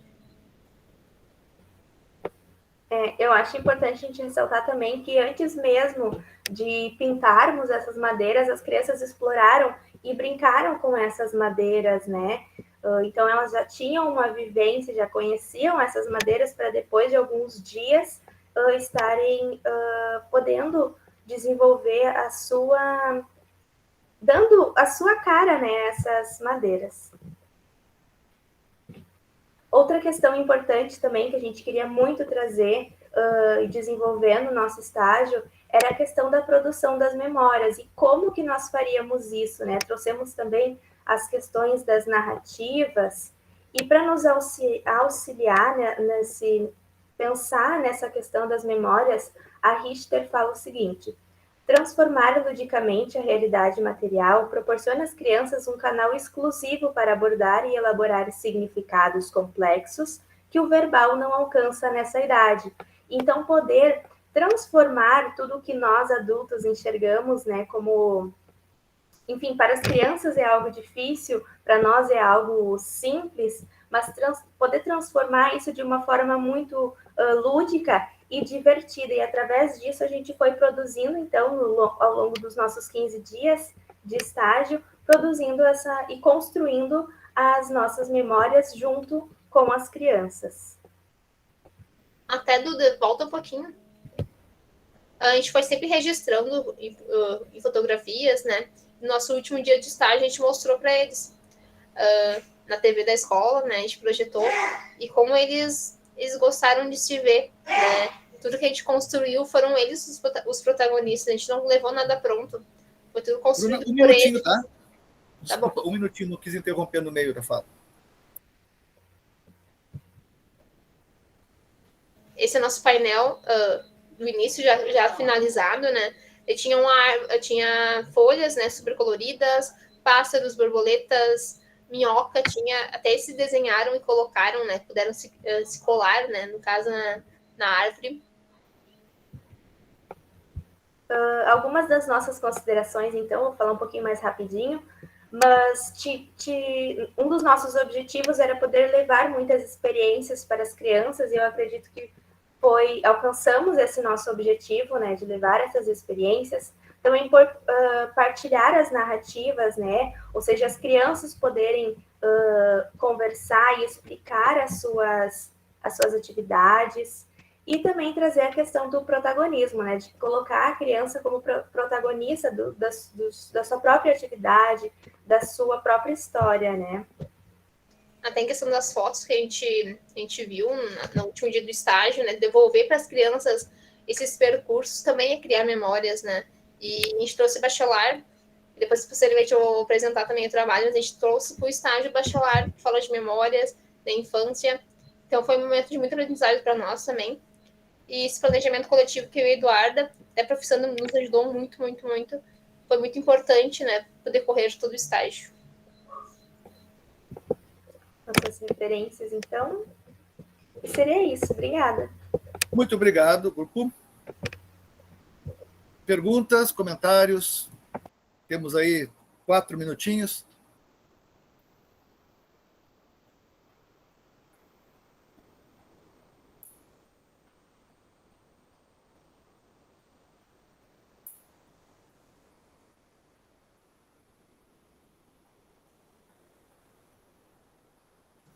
Não, eu vou, se ninguém vai perguntar, eu vou perguntar um pouco, porque eu acho importante também a gente se dar conta, né, como professoras de professoras e professoras iniciando, né, também, né, o planejamento, né, Bruna e Eduarda, coletivo, né, do imprevisível, né, daquilo que não sabe o que vai ocorrer, né, como foi para vocês lidar com essa imprevisibilidade? Vocês tinham só o painel coletivo como um objetivo final e o resto as crianças foram contribuindo. Como é que foi isso, assim, em termos de o que vocês aprenderam com as crianças?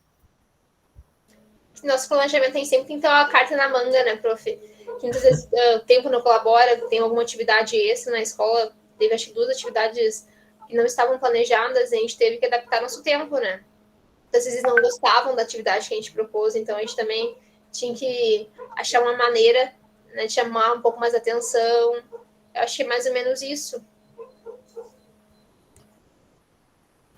Eu acho que seria isso, sim. Mas é muito interessante, né, poder estar atento ao que as crianças falam e poder ter essa flexibilização e, como a Bruna falou, aos poucos ir modificando o nosso planejamento. Acho que seria isso. Obrigada, gurias. Mais alguém?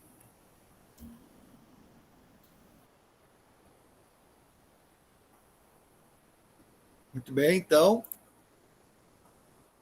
Próximo grupo é a Bruna Stum, orientada pela professora Ângela Frontkowiak. A poesia encontra a Unisc e a educação básica. Encontros com a poesia. O grupo está aí? Sim, boa noite. Boa noite, Bruna. Tu vai Oi, Bruna. projetar? Vou Oi? sim. Boa noite, professor André, tudo bem? Tudo, Eu vou projetar minha tela aqui. Tá ótimo. Vocês me ouvem bem? Sim. Certo.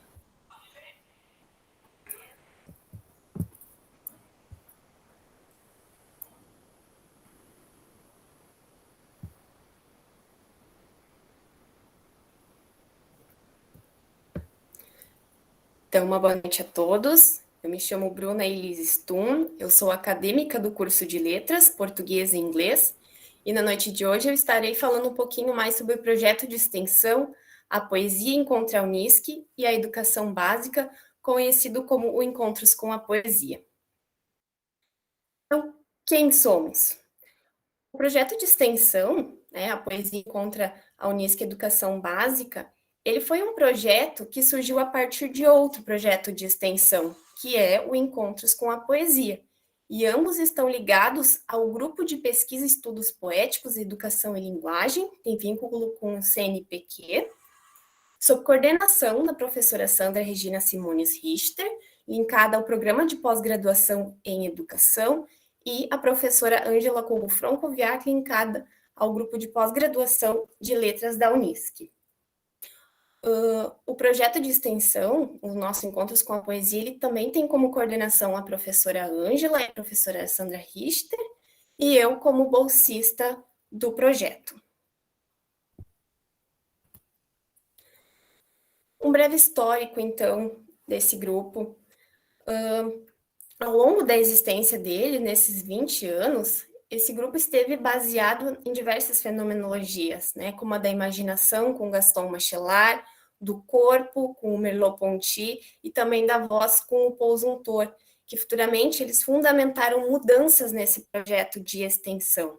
Ele teve o seu início com a coordenação do professor Norberto Perkowski, em 1999 até 2016, e aqui ele teve um modo de realização, que era apenas o Encontros com a Poesia, e a partir dessa troca da coordenação para a professora Sandra e a professora Ângela em 2017, o grupo ele passou a ter algumas mudanças, e essas mudanças resultaram em questionar encontros com a poesia, o que são os encontros com a poesia, o que nós encontramos. Então, eles questionaram, a prof. Sandra e a prof. Ângela, fenomenologicamente as intenções do grupo, Então, essa opção, ela foi ressignificada enquanto o caminho metodológico. E, a partir disso, elas superaram a definição anterior, do entendimento da poesia apenas como o poético, que está presente apenas na leitura do gênero literário poema. Então, a partir disso, elas se permitiram abraçar o agir com outros no compartilhamento de manifestações de linguagem. E, com isso, elas escolheram, a partir dessa remodelação, a música, as artes plásticas, o teatro, a dança. Elas também passaram a integrar estes encontros como a educação, a dimensão educativa que estamos perseguindo. Então, como eram os encontros antes da pandemia, de 2017 até o momento em que nós entramos na pandemia? Como vocês podem ver, aqui nós temos os grupos de leitura, nós temos os alunos, os estudantes, com o corpo, a voz presente, o teatro, essas manifestações que são tão importantes para nós agora, porque a partir desse 2017, o Encontros com a Poesia ele teve esse momento da libertação da linguagem, ela não ficou mais restrita apenas a essa fruição dos poemas, mas ela continuou aberta ao poético. Então, por isso que nós passamos a contar com a presença das escolas, de educação básica, os coletivos de leitura, para que elas viessem até a Unisc e fizessem momentos tão bonitos e tão marcantes como esse, Esses encontros eles aconteciam uma vez ao mês no Memorial da Unisc, e eram feita a seleção prévia de poemas, né? Era feita a temática do encontro também, que poderia ser uma ideia do grupo e também das entidades que estariam presentes, né? E era feita a seleção de poemas, e aqui eles traziam também o seu entendimento da linguagem, né? O nosso poético, ele não está ligado somente ao poema. Nós estamos resgatando o derivado do grego, o poiesis, né? Que se vincula ao ato, à ação, e para nós isso acontece simultaneamente à vocalização dos poemas. No entanto, com o ano pandêmico, infelizmente, a presencialidade não pôde ser mais realidade, né? Então, por isso, neste ano de 2020 e também 2021, nós, bolsistas, nós fomos convidados a participar do grupo de pesquisa de forma mais ativa, né? Então, nós nos encontramos todas as terças, das 17 às 19 horas, também feita uma escolha prévia de um texto, nós lemos e nós trazemos as nossas contribuições nestes momentos. Ressalto também que no ano de 2020 nós realizamos apenas um Encontros com a Poesia, que foi a temática de Tempos de Desassossego, que foi alusão aos 20 anos do nosso grupo de pesquisa. Além disso, neste ano também, foi uma inserção da Prof. Ângela, né, orientadora do projeto. Nós passamos a ter reuniões quinzenais, às 19 horas, nas terças-feiras, né, com as suas orientandas, né, comigo, e também com as orientandas do PPGL. Além, né, dessas participações, eu também estive presente nos seminários, terceiro seminário dos estudos poéticos, educação e linguagem, que foi um evento também organizado virtual, por meio do canal do YouTube Escuta Poética, que também foi em alusão aos 20 anos. Eles ocorreram uma vez ao mês e eles estão disponíveis no canal se alguém tiver interesse em dar uma olhada. Então, como ficaram os 3 encontros do projeto previstos para 2021? Nós pensamos em fazer um encontro a cada trimestre do ano, mas nós tivemos muitas dificuldades em encontrar escolas e professores parceiros, né, para essa realização.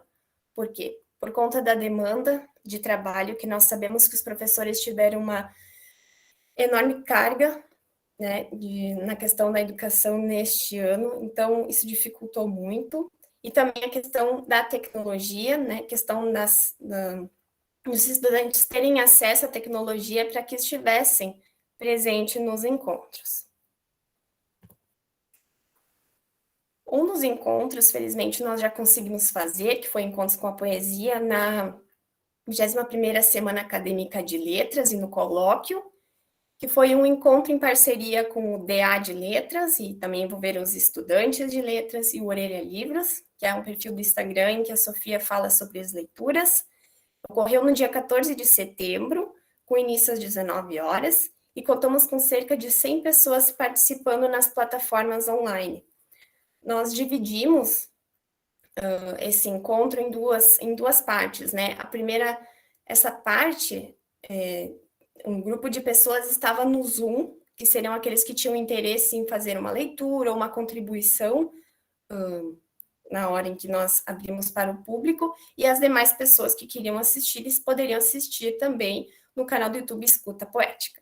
Aqui nós temos o nosso cartaz, que nós utilizamos para fazer a divulgação nas nossas mídias sociais, teve um número de compartilhamentos, e a temática foi entreaberto, que foi definida em conjunto pela organização, né? E essa temática ela surgiu a partir dessa incerteza que nós estamos vivendo, né? As nossas portas, elas estão abertas, elas estão fechadas, elas estão entreabertas, e a partir dessa temática, os estudantes que estavam participando da organização, eles puderam fazer a sua própria interpretação do que seria o entreaberto.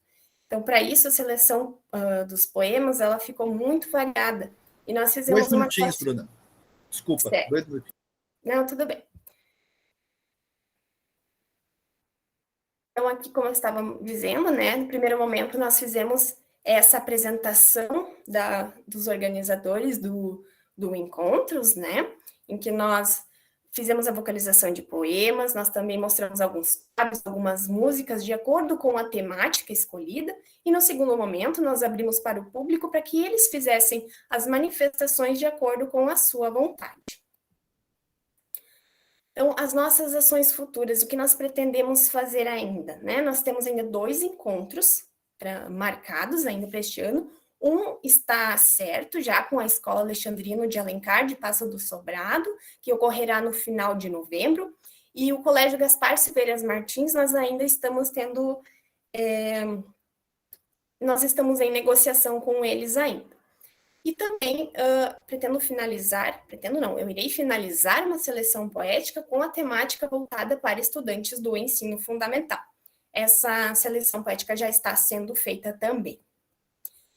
Aqui eu gostaria de falar com o coração, né? Eu gostaria de usar esse momento para poder agradecer a professora Sandra e a professora Ângela, que infelizmente não pôde estar aqui, mas participar do projeto de extensão, estar inserida com a pesquisa também, resultou em um aprendizado enorme na minha trajetória de estudante. Eu posso perceber isso nas aulas e também nos planejamentos que a gente vem fazendo, e até na minha escrita, o quanto que evoluiu a minha escrita. Eu passei a escrever, né? Recentemente eu escrevi um poema, e eu até pedi para algumas pessoas lerem, eles disseram o quanto eles puderam me enxergar nesse poema, que era um dos principais objetivos que eu tinha com a minha escrita, e também puderam dizer que eles conseguiam ver a metodologia ali, a fundamentação de Bachelard, que era também o objetivo da minha escrita. Então, eu gostaria imensamente de agradecer a elas pela oportunidade de estar participando, e eu tenho crescido muito, assim, de verdade, é gratificante poder fazer parte.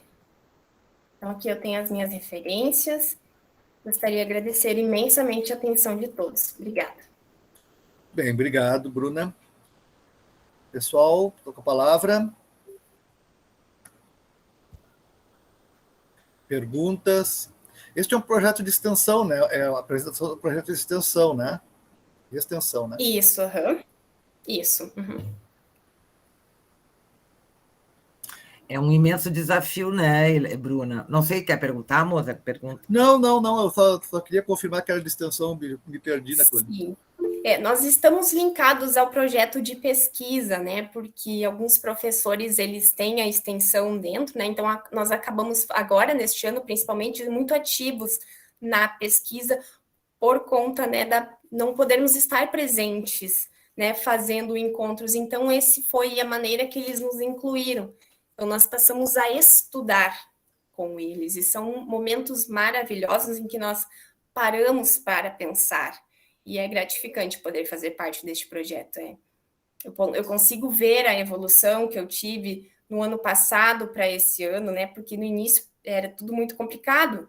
Para mim, eu não tinha noção da grandiosidade de participar de um projeto de extensão e de um projeto de pesquisa, e agora eu consigo ver que eu estou colhendo esses frutos, né, e a gente tem textos importantíssimos acerca da docência, né, como, né, as melhores maneiras de trabalhar, e é muito bom. Eu consigo ver agora, eu estou colhendo os frutos da minha participação. Eu acho assim que a Bruna Elise teve um imenso desafio, né, colegas, porque como lidar com um projeto de poético sem encontros, né? O poético, ele é absolutamente, né, ele diz respeito ao encontro entre as pessoas, né? E ela deu, né, no caso, deu conta, e eu acho que nós todos aprendemos muito, né, Bruna, nesses 2 anos. Sim. Que tivemos porque é um paradoxo, né? Ao mesmo tempo que não podíamos nos encontrar, sentíamos imensa necessidade, né, de podermos dizer de outros modos o que sentíamos e o que percebíamos, né? Eu só gostaria de dizer, essas pessoas, os grupos, as pessoas que participaram desse último encontro, que foi com a temática entreaberto, Já na seleção, nós conseguimos sentir, porque a partir do momento que a gente começa a fazer a seleção, a gente desliga do mundo, a gente entra em um outro ambiente totalmente diferente, né? Então, quando a gente coloca isso, a gente fez a nossa apresentação, foi emocionante. E os relatos das pessoas que participaram não foram diferentes, né? Muitas pessoas deram um feedback muito positivo de que foi um momento diferente, que elas puderam sair um pouco do atual delas, do ambiente em que elas estavam e puderam imaginar, escutar coisas diferentes, né? E teve até uma colega minha que disse, Bruna, eu achei que vocês só leriam poemas, e não, vocês trouxeram a música, vocês trouxeram, né, a apresentação de quadros que remetiam à temática, então foi muito bacana escutar isso tudo, né? Então não teve quem não se emocionou com esses encontros, e não será diferente com os demais, e eu espero que no ano que vem também, com a presencialidade, se der tudo certo, transcorra tudo bem e seja emocionante em dobro, em triplo presencial, porque é sempre muito bonito. É feito com o coração. Muito bem, então. Parabéns ao trabalho. Obrigada. Vamos ao nosso último grupo, então. Deixa eu ver se é grupo mesmo, ou se é uma pessoa solitária. É uma pessoa solitária. Bruna Ferreira Paz, orientada pela professora Sandra Regina Simones Richter, experiência poética e docência na educação básica, linguagem, intercorporalidade e mundo. Está aí? Sim, vou apresentar aqui. Está aí. Vai projetar? Sim. Tá bom. Sim. Só me falem se aparece. Já te aviso. Pode tentar. Tentou projetar? Deu? Não. Já tá pronto aqui também. Não entrou. Agora sim. Agora saiu. Agora eu tirei. Deu um delay. Vai lá de novo.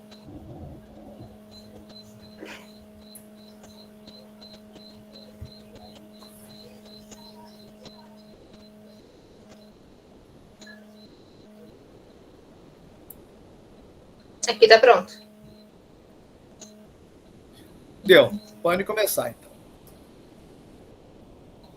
Boa noite a todos. Meu nome é Bruna, né?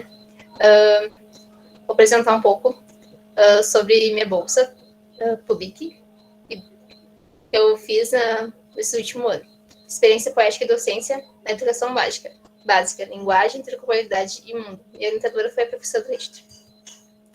Uma breve introdução, né? É uma bolsa PIBIC, né? Uma bolsa de iniciação à docência da CNPq. Teve duração de 1 ano. Em setembro de 2020 ela iniciou e foi até agora, agosto de 2021. É um projeto de pesquisa de experiência poética, né?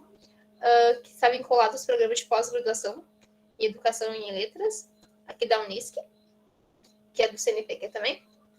Tem vinculação com a Unisc, com a URGS e com a Universidade e com a Escola de Educação Infantil da Universidade Federal de Fluminense, que é o Coluri, aqui no Rio de Janeiro.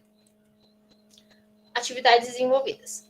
Participação nas reuniões semanais no grupo Estudo Poéticos, Educação e Linguagem. Esses ocorreram na terça, como a Bruna anteriormente falou.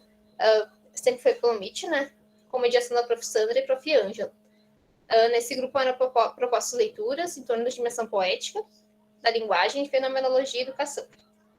Esse encontro tinha colegas da Unisc, graduação em letras tinha bastante colegas, colegas da URGS e também da Coluri. Nesses encontros eu tive a oportunidade de conhecer um pouco mais a Prof. Ângela, que na pedagogia a gente só tem uma disciplina com ela, né? Então passei a prestigiá-la muito mais. Participação nos estudos semanais nas quintas-feiras pela tarde, com os grupos orientandos da Prof. Sandra, para discussão de temas sobre a dimensão poética da linguagem e educação e abordagem filosófica da pesquisa em educação. Também eram propostas leituras. Nesses encontros também tinha orientações coletivas, às vezes algum colega de mestrado, um colega de doutorado levava um resumo, mandava para o grupo um resumo sobre sua pesquisa, e todo mundo, nesses encontros na quinta, ajudavam ele, parece que abria a mente de todo mundo, assim. Eram propostas leituras, propostos livros. Então, todo mundo saía muito, muito feliz na quinta-feira com essa partilha, né, de conhecimento, um momento de estudo, realmente. Estudo das concepções da imaginação poética, memória e infância, em Gastão Bachelard, que eu vou falar no próximo slide. Participação no 3º Seminário de Estudos Poéticos entre dezembro de 2020 e agosto de 2021, através de webinários com transmissão pelo YouTube. Estudos em torno da infância, né? Gastão Bachelard e dimensão poética da linguagem. Nesse período que eu fui bolsista, né, voltei meus estudos mais em torno do capítulo Os Devaneios Voltados para a Infância, né, do livro A Poética do Devaneio, do Gastão Bachelard. Claro, não deixei de acompanhar as leituras, né, propostas pelos grupos e tudo mais. Nesse capítulo, eu busquei compreender o que Bachelard define, né, como imaginação, memória e infância. Quando eu li a primeira vez, eu fiquei super confusa, mas como a professora mesmo diz, né, a gente tem que ler, reler várias vezes se for preciso, porque é assim que realmente inicia tudo, né? E eu continuei lendo o capítulo, né? Voltei, sempre foi preciso, assim, e eu sei que se eu ler esse capítulo novamente, eu vou ver alguma coisa que eu não tinha compreendido ainda. E até o próprio grupo falou que as escritas, né, de Bachelard são grandes devaneios, então realmente a gente precisa reler quantas vezes foram preciso. Para Bachelard, a ideia de imaginação está ligada sempre à escuta, né? E não à visão. Sempre como a gente pensa, né, que imaginação é algo visual. Eu compreendi isso como alguém conta uma história para nós, alguma situação, alguma história, e a nossa imaginação vai criando. Mas é através da escuta, a nossa escuta atenta, que a gente vai criando essas imagens na nossa cabeça. Para Bachelard também, memória é uma amontoada de recordações. E imaginação e memória são inseparáveis, né? São indissolúveis. Então, sempre eles vão se rivalizar para nos devolver as imagens que nos ligam à nossa vida. A metodologia, né? Eu também fiz toda a minha bolsa online. Não tive encontros presenciais, né? Em virtude da pandemia. Então, acompanhamento de webinários e rotina semanal de estudos, né? Aqui, minha bolsa de 20 horas, né? Era de 20 horas. Então, essa regularidade de estudo, esse compromisso que eu precisei sempre ter, porque a gente está em casa é diferente, né, do que a gente está dentro da universidade, né? Então, essa regularidade de estudo, esse compromisso que a gente precisa ter, foi fundamental para o andamento da bolsa. Resultados obtidos. Reconhecimento da importância dos estudos, da escrita e da leitura acadêmica, né? Desde o início da bolsa, a professora sempre me falou da importância da escrita acadêmica, né? Que é uma escrita reflexiva. Assim, a gente só vai aprender escrevendo e reescrevendo quantas vezes for preciso. Oportunidade de conhecer e vivenciar o outro lado da universidade. E quando a gente está na graduação, a gente não vivencia realmente, né? Essa foi a primeira bolsa de iniciação, bolsa de pesquisa que eu fiz, então vivenciar esse outro lado, né? Fez prestigiar ainda mais quem faz pesquisa.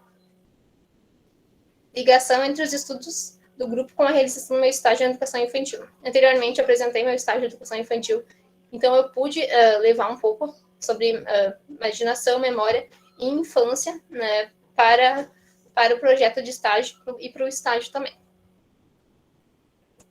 Considerações. Conhecer o amplo universo de saberes ligado à educação, que, como eu falei anteriormente, né, o estudo é só o estudo que nos provoca isso, né? Contato com professores, mestrandos e doutorandos da área da educação. E como o grupo sempre falava, né, nossos questionamentos é que nos movem como os pesquisadores. Enquanto a gente houver dúvidas, a gente vai perguntas, a gente vai sempre pesquisar, estudar, querer saber mais, né? Mas para isso a gente sempre vai ter uma dúvida, sempre vai ter um questionamento. Então a gente nunca vai saber tudo. Obrigada pela atenção. Muito bem, está aberto o momento das perguntas, observações.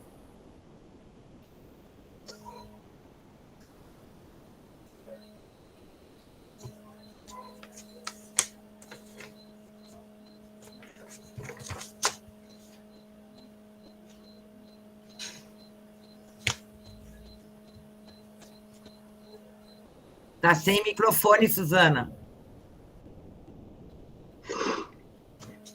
Queria te dar os parabéns e também destacar quanto a gente percebe a tua evolução, né? Desde o momento que tu entrou e terminou esse projeto de pesquisa, né? E eu queria te perguntar, qual foi o maior desafio que tu considera que tu venceu? E qual o que ficou para trás? O prof trancou um pouquinho para mim. Na tua experiência como bolsista de pesquisa, qual foi o maior desafio que tu conseguiu vencer e qual aquele no que tu ainda precisa trabalhar mais? O desafio, acho que foi acompanhar as leituras, assim. Nem na pedagogia a gente não tem umas leituras tão reflexivas, parece, sabe, prof? Essa dificuldade de voltar às palavras difíceis, reler, né? E acompanhar o pensamento do grupo, assim, são todos muito inteligentes, assim, né? A gente está tão distante, né? Mas é através da escrita, é através de continuar lendo, né, prof? Pesquisa isso, eu acho. E a gente, como educador, a gente sempre tem que estudar, pesquisar. Para nós, é para nós, né? Tudo que a gente lê, tudo que a gente escreve é para nós. Nós estamos aprendendo com isso. E justamente é isso que se percebe na tua fala, né? Quanto tu cresceu nesse sentido. Meus parabéns. Eu não poderia deixar de dizer das duas Brunas, né? Elas enfrentaram um imenso desafio, né? De totalmente online, né? Nós nunca podemos nos encontrar, né? E isso, na formação da iniciação científica e mesmo na extensão, né, da Bruna Elise, é muito difícil, porque exige o encontro, exige viver a universidade. Mas elas enfrentaram com muita garra, com muita vontade, e eu penso que, realmente, né, o maior desafio eu acho que foi, né, Bruna, fazer em casa essa rotina de estudos, né?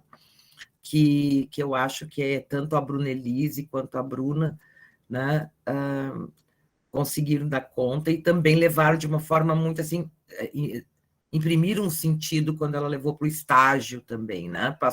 Ela ressignificou também o que fazia lá no grupo, né? De alguma até forma... as práticas da teoria, né, que estavam propostas, né? A gente não conseguiu cumprir, né? Ele ficou com aquele gostinho de poderia ter feito, mas não tinha como, né? Esse ano não tinha como. Mas essa curiosidade ainda está em mim. Muito bem.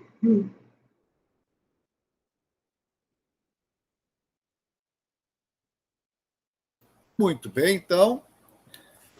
Nós estamos, então, finalizando. Quero agradecer a todos os pesquisadores e pesquisadoras que participaram, que apresentaram seus trabalhos. Alguma observação, algum comentário a mais antes de nós encerrarmos? Então, boa noite para vocês. Tchau. Até a próxima. Cuidem-se. Boa noite. Muito obrigada pela noite. Boa noite. Boa noite. Boa noite, boa noite. Boa noite. Boa noite. Até amanhã, né? Boa noite. É verdade. Até amanhã. Tu vai estar de novo comigo, né, Suzana?